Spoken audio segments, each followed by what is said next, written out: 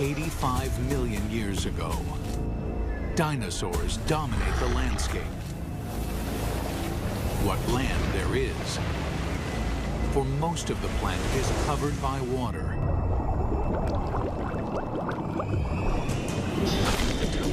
These vast oceans are a cauldron of violence, a world much more dangerous than the land above. This is the brutal world where an ultimate predator is born and bred. This mosasaur was the most dangerous creature in the most dangerous ocean ever. It's 45 feet long. It's the size of a Greyhound bus.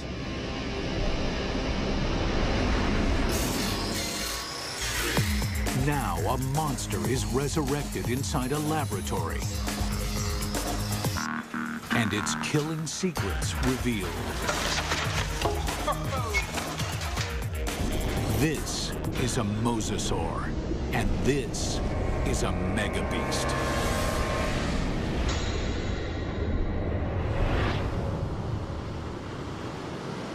This is mosasaur country. At least it was.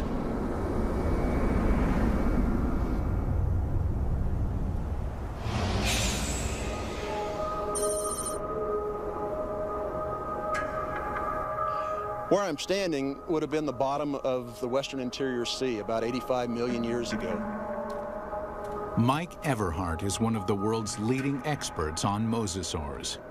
The horizon would have been ocean for as far as you could see. The seaway stretched for hundreds of miles from where we're standing. At this time, the climate is warmer, so there are no polar ice caps.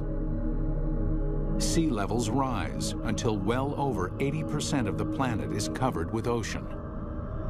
The center of North America was covered with water from Nevada to Missouri, from the Gulf of Mexico on up past the Arctic Circle. The floor of this ocean, known today as the Kansas Chalk, was created by billions and billions of nanofossils, the shells of tiny plankton that drifted down and were deposited on the seabed. What we're looking at here is literally hundreds of thousands of years of deposition on the sea bottom of the Western Interior Sea. What we see back here is roughly an inch per 700 years to build up that much chalk. So there's untold billions of these animals there. And entombed in this chalk are giant fossils of mosasaur. In the late 1830s, the bones of the beast are first uncovered in North America. This is where the mystery of the mosasaur begins, because nobody can say just what this creature is. It is a question that first arises when a massive skull is found near the Meuse River in Holland. The first guy who looked at it thought it was part of a fossil whale. It was also thought to be the jaws of a crocodile, a giant lizard, and one person even suggested it was a dragon slain by a medieval knight. A French paleontologist described it as a mosasaur, meaning Meuse River reptile. Eventually, the American bones are matched up with the earlier fossil find in Europe and correctly identified as a mosasaur. Over the next 80 years, as scientists begin the serious hunt for dinosaur fossils, a pattern emerges. In every corner of the globe, they find mosasaur bones. This points to one conclusion. No other predator has ever dominated the planet like the mosasaur. This guy weighed 8 tons. It could easily swallow a full-grown human male whole, just like a tater tot. Scientists investigating mosasaurs realized that nothing on Earth could have stopped them. It took a cosmic catastrophe to end their reign.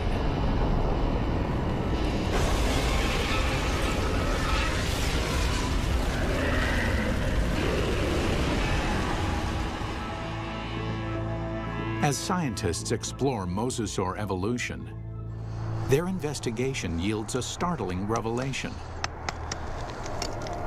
The ocean's top predator came from the land. These sea monsters began their journey as tiny lizards at the mercy of giant dinosaurs. How they became colossal mosasaurs remains a mystery. Until 1989, when a fossil hunter named Van Turner finds a very unusual skeleton. Turner takes the fossil to Mike Polson, a paleontologist at Southern Methodist University. When Van came across the first pieces of Dallosaurus, he immediately recognized it as some sort of mosasaur. Named Dallosaurus after its discovery in Dallas, Texas, the bones were pieced together. Then, scientists connect the dots. Dallosaurus is an interim form, a missing link between mosasaurs and the tiny terrestrial lizards that are their ancestors. The lizards, dubbed Aegialosaurs, face a constant threat from the larger, fiercer dinosaurs. They flee to the ocean. 3 million years later, they evolve into Dallosaurus. Their toes evolve into webbed feet, so they can no longer function on land. In the span of 6 million years, they grow from a small 3-foot lizard into the giant 50-foot mosasaur. The mosasaur's development demonstrates that even in evolution, timing is everything. Warm temperatures and shallow seas create an abundant food chain in the ocean. This is a perfect environment for animals to take to the water. But these life-giving seas can quickly turn deadly, even for mosasaurs. The competition is everywhere. Everything in the oceans then would have looked very strange to us today. All the fish seemed to have been armed with mouthfuls of teeth. It seemed like everything in that ocean was a predator and just built for killing things. Like Zephactinus, a bony fish that is armed with a mouth full of long, needle-like teeth. The plesiosaurs are marine reptiles and top predators for over 100 million years. They come in 2 lethal varieties. One deals death through speed and agility. The other is a behemoth, so mammoth, nothing dares challenge it. And of course, there are the sharks. These predators were around 100 million years before dinosaurs had ever roamed the earth. This is a tooth from a large shark that lived during this time, during the age of mosasaurs swam in this ocean. It's from a shark called Critoxorana mantelli, the Ginsu shark. And I called it that specifically because it's sliced and diced. The Ginsu is a giant shark. Reaching a length of 25 feet, it dwarfs any modern great white. This shark was literally able to bite through bone. We know that because we find pieces of mosasaur that have literally been severed from the bodies, swallowed, partially digested, and then regurgitated again. To survive, mosasaur had to change its land-based behavior, tearing out a place for itself at the very top of the food chain. But what allowed this creature to evolve into such a relentless killer? It's all in the bite. You'd probably be in shock after a bite like this.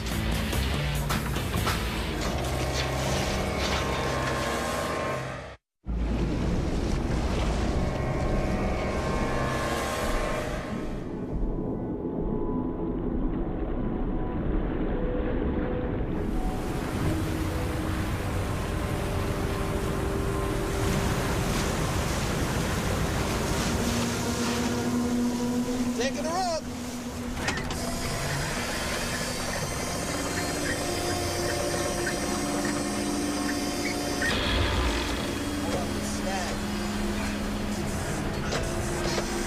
Give it more power. Here it goes, here it goes.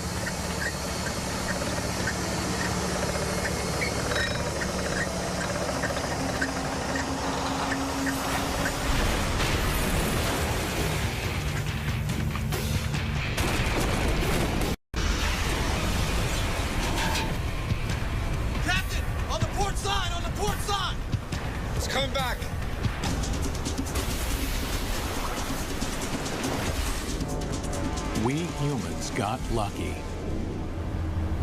We managed to miss out on the mosasaur.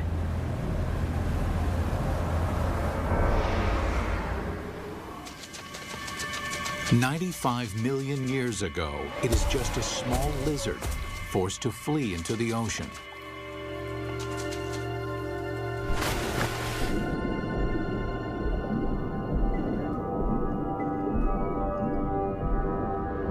Within 6 million years, it grows into one of the most successful predators of all time. But what made the mosasaur such a monster killer? Millions of years of evolution created a perfect formula for the perfect killer.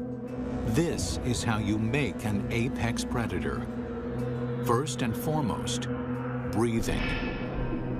Like whales, mosasaurs can spend long hours submerged in the sea, but they still have to come up for air. And then there's food. Fish are nutritious, but they're fast and slippery. To catch them, mosasaurs must develop the skills of an efficient hunter. Another part of the formula, hearing. In the water, sound location becomes a prime method for hunting. Mosasaurs modify their terrestrial ear into a super amplification system that makes sounds 38 times louder.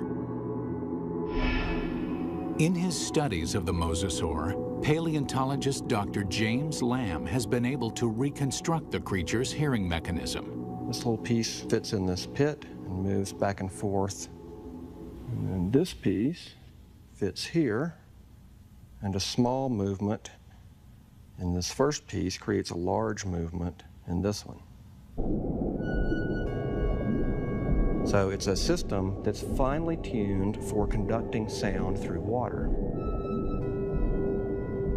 Even though sound can lead them to the prey, it's difficult to detect a target if it's in murky water. Here, mosasaur would have the advantage by using the keen sense of smell inherited from its land-based ancestors. A mosasaur like this would have had a tongue that would have functioned exactly like a monitor lizard's tongue.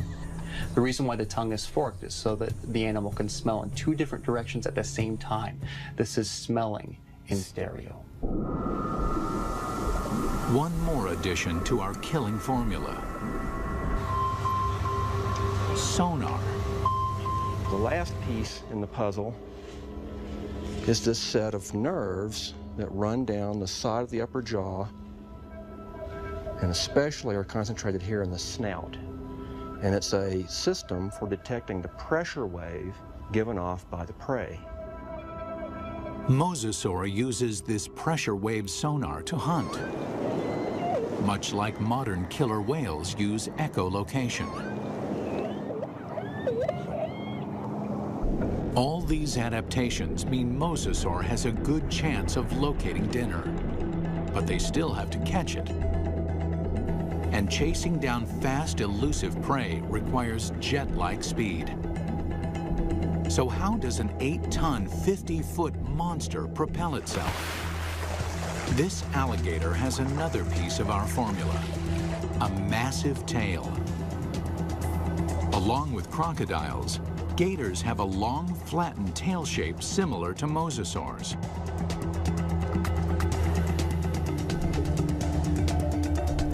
They use the whip-like action of their tails to move quickly through the water. One of the things you notice, first off, when you look at a mosasaur, is fully half the length is the tail. Mosasaurs retain their terrestrial lizard shape, except for the tail, which evolves from a round, snake-like shape into a wide, flat paddle. If you look at the vertebra on the tail, they have expanded bony struts top and bottom for the swimming organ that helps them swim. Using modern gators and crocs as a comparison, scientists estimate a mosasaur can reach a top speed of 30 miles an hour. Its whip-like tail is good for quick acceleration, but not sustained high-speed chases. Fish are built to swim fast and far. Mosasaurs won't win a marathon, so they have to strike quickly.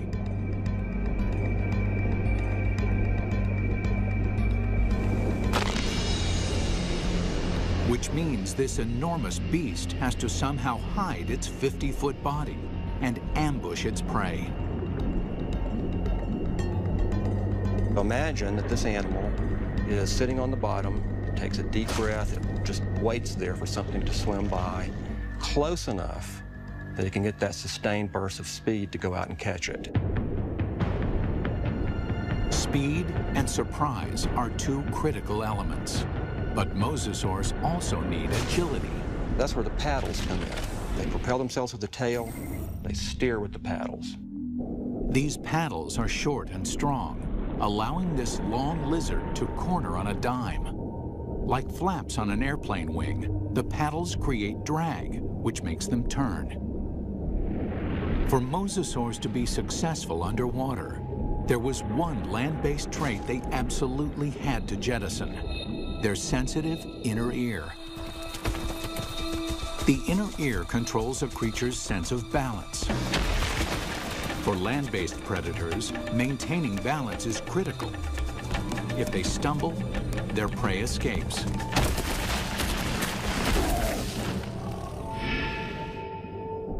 But in water, animals move in every direction, like a gyroscope. An animal with a sensitive inner ear can quickly become dizzy and disoriented. Over the millennia, the mosasaur's inner ear begins to dial down the sensitivity, allowing them to quickly twist and spin with no sickening side effects. These evolutionary refinements created a megabeast. The mosasaur can locate, chase, and catch its prey. But catching is not enough. The mosasaur has to eat. And the way that it eats is something that almost defies imagination. It's a prehistoric creature so vicious it makes sharks seem cuddly. With jaws like steel, it's large enough to swallow a human in one bite.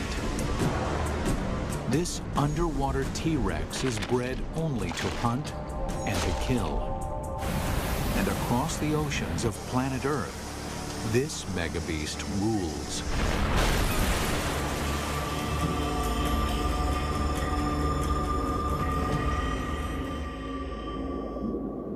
But 95 million years ago, mosasaurs had some serious competition from a familiar denizen of the deep, the shark. Prehistoric sharks, like their modern cousins, are vicious and durable, traveling vast distances, ripping apart any creature that gets in their way. Sharks had been around for over 250 million years when mosasaurs evolved onto the scene. At that time, the largest, fiercest shark in the water was the giant Ginsu shark. The Ginsu would have, of course, looked very much like a modern great white, a very big, heavy-bodied shark. At a length of 25 feet, the aptly named Ginsus are over 10 feet longer than a typical great white. With mosasaurs and Ginsus hunting in the same waters, one thing is certain: there will be blood. There was quite a competitive relationship going on when the big sharks and the mosasaurs were running into each other frequently. And at least at first, the mosasaurs were losing a lot. There's definite evidence that sharks attack mosasaurs. You can see right here that there are clear bite marks from the arc of the mouth of a shark that was attacking. These big sharks carved up a lot of mosasaurs. So we find shed teeth, we find bones that are severed during this time.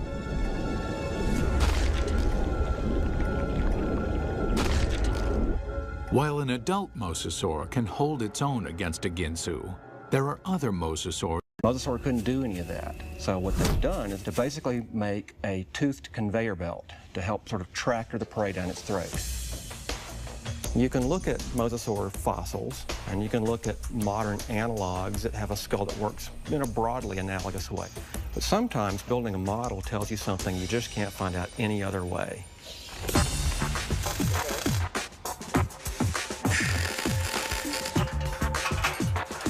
Dr. Lamb works with Real Effects in North Hollywood, California to build a life-size mosasaur skull, complete with a set of death-dealing jaws.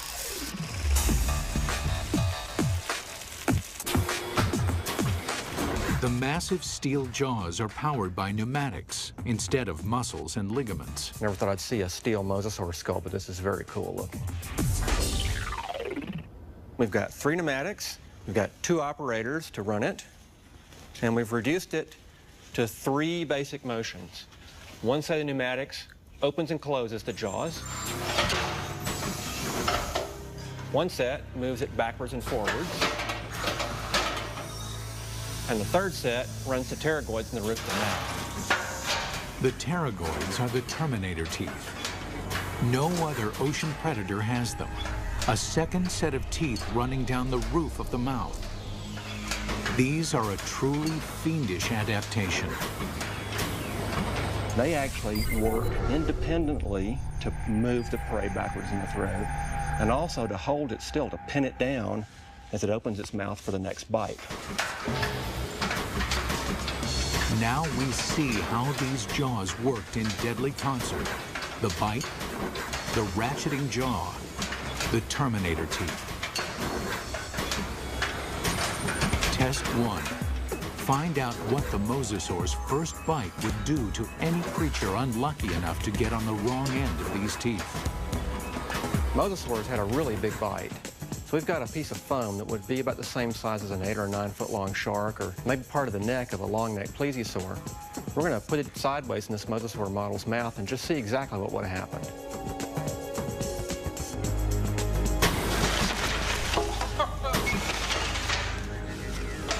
Well, that's going to leave a mark, isn't it?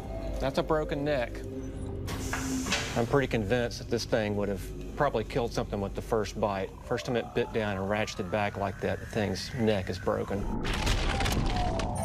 Test 2. Measure the capacity of its bite. Very simply, when our metal mosasaur chomps, how much ersatz meat goes into its mouth?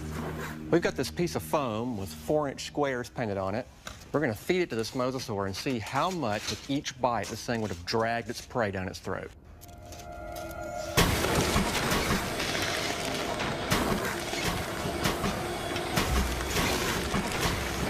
In one bite, our mosasaur easily consumes 4 feet of flesh.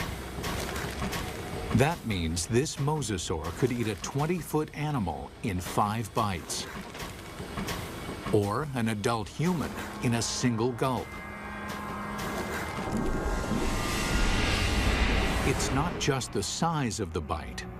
Inside the mouth, the teeth are virtual meat hooks. Dr. Lamb demonstrates with a hunk of ballistics gel, which is similar in consistency to human flesh.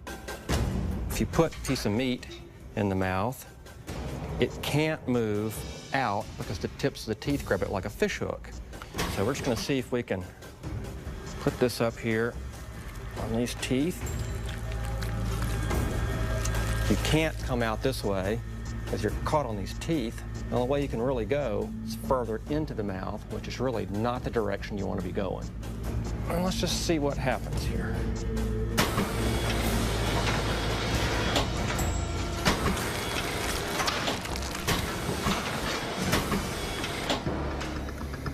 Well, I don't think there's any doubt that you wouldn't want to be a swimmer in a late Cretaceous ocean. You can actually see tooth marks where it just cut right through about 10 pounds of flesh like it was just butter. That would be nasty. The only good thing about this is that you'd probably be in shock after a bite like this, and maybe you wouldn't feel the rest of it. Final test. How the jaws perform eating simulated live prey. The first fish is immediately trapped on the barb-like teeth. And the rest? Well, straight down the old mosasaur hatch.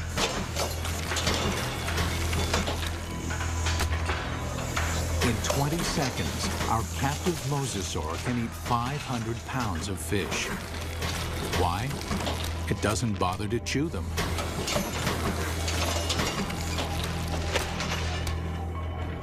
There's a rapidly vanishing cloud of red and a few scales, and that's all that's left of it. For dessert, they test an item that mosasaur never had the opportunity to eat.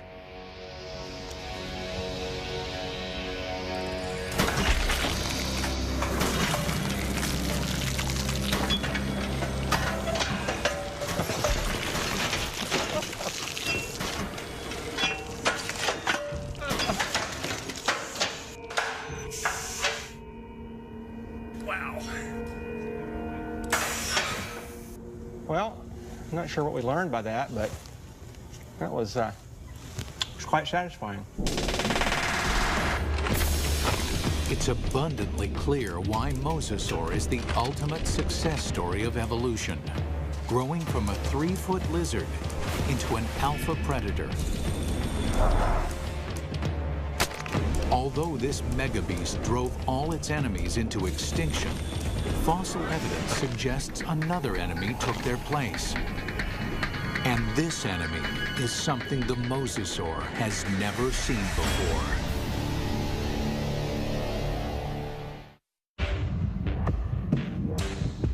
From its humble beginnings as a 3-foot lizard, the mosasaur evolved into the most dominant megabeast the world has ever seen.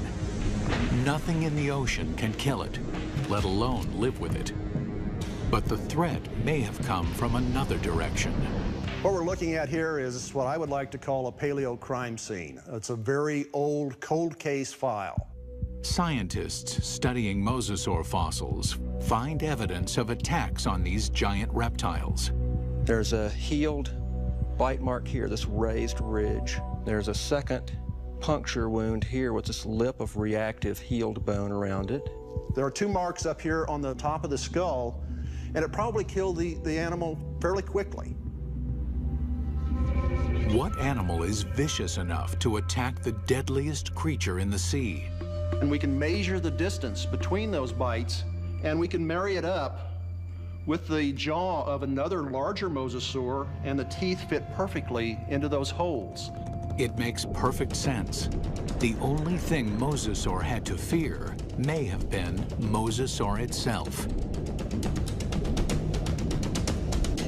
Experts think that mosasaurs engaged in snout wrestling or face biting to establish dominance. We see really analogous behavior in modern saltwater crocs. Almost always the males, and they're defending a breeding or feeding territory.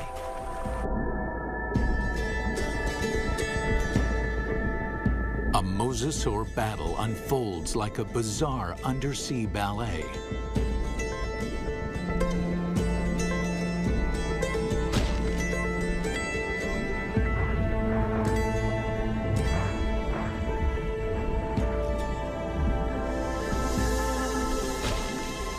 When one establishes dominance, the other gives up and swims away.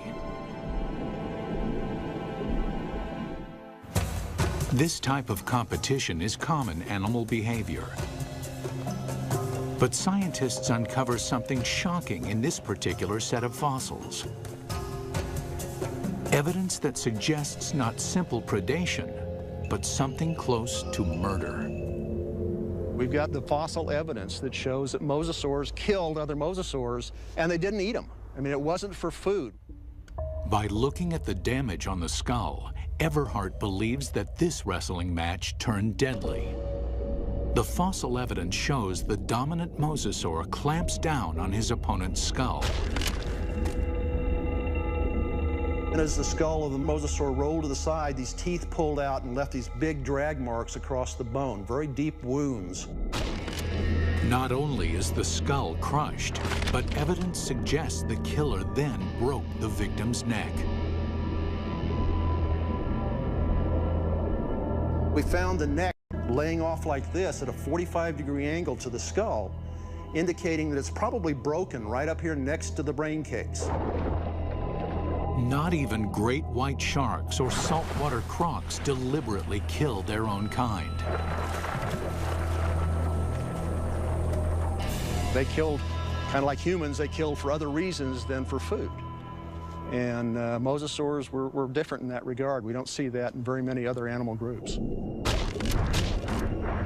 Still, scientists believe this gladiator-like behavior would not have caused the mosasaur to go extinct. In point of fact, they seem to thrive on violence. 70 million years ago, with no other competition in sight, mosasaurs continued to evolve, becoming even more diverse. There's well over 50 species of mosasaurs. They began moving from the ocean into freshwater, seeking prey in swamps, estuaries, and rivers. Nothing on Earth could have stopped these megabeasts. Nothing on Earth, that is. It took a 6-mile-wide chunk of rock that slammed into the Earth 65 million years ago to end the reign of the mosasaur. We're talking about something that released as much energy as every nuclear weapon on the planet, times 1,000, set off all at once. The magnitude of this blast causes a shockwave of earthquakes and volcanoes. Mega tsunamis race across the oceans. A cloud of superheated dust and molten rain fills the atmosphere, blocking out almost all of the sunlight. This devastates the food chain. 75% of the species on Earth are wiped out. With its food supply drastically reduced, the mosasaur is doomed. This cataclysmic event paved the way for the development of mammals and eventually humans. But what if the comet had missed? If mosasaurs had been allowed to thrive, how different would our world be? We wouldn't have any whales, or dolphins, or porpoises, or seals, or sea lions. The oceans and all its fish would belong to the mosasaurs. Bring her down. Fishermen would find very little to catch, if indeed there were humans on the planet at all. These would be very ferocious, very hungry, active marine animals that you wouldn't want to share your ocean with. It's fascinating and frightening to contemplate what might have been had these megabeasts survived.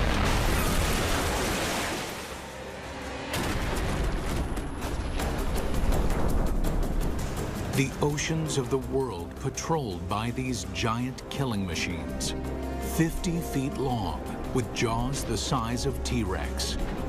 Always hungry, always waiting, just offshore.